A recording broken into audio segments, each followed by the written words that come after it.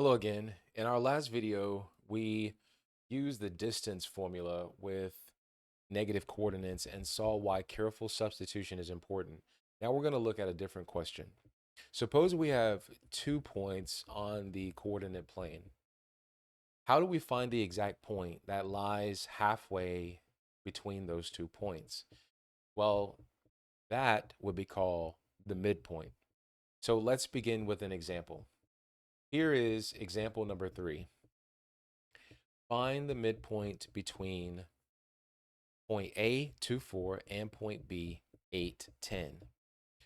So the midpoint must be halfway between the two x coordinates and halfway between the two y coordinates. So first, let's look at the x coordinates. We have 2 and 8. 2 and 8. To find the number halfway between them, we take the average.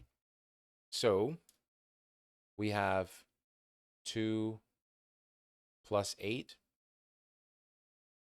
divided by 2, which equals 10 divided by 2, or 5. Now look at the y coordinates. The y coordinates are 4 and 10. So again, 4 plus 10 divided by 2 equals 14 divided by 2, which equals 7. So the midpoint between these two points, A and B, is 5, 7.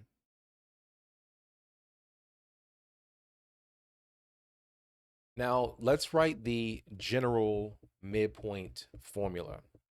So the general midpoint formula is as follows. We have M equals x sub 1 plus x sub 2 divided by 2, comma, y sub 1 plus y sub 2 divided by 2, close parentheses.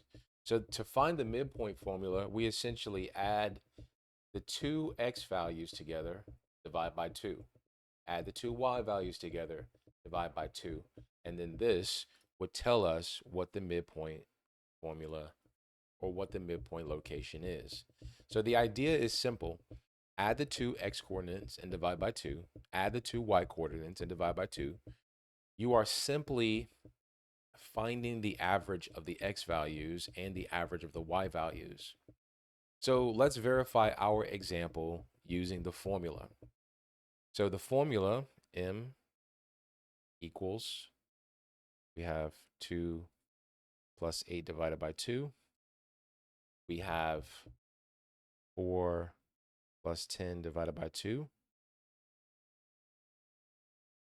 10 divided by 2. 14 divided by 2 simplifies to 5, 7. So the midpoint formula is really just the average formula.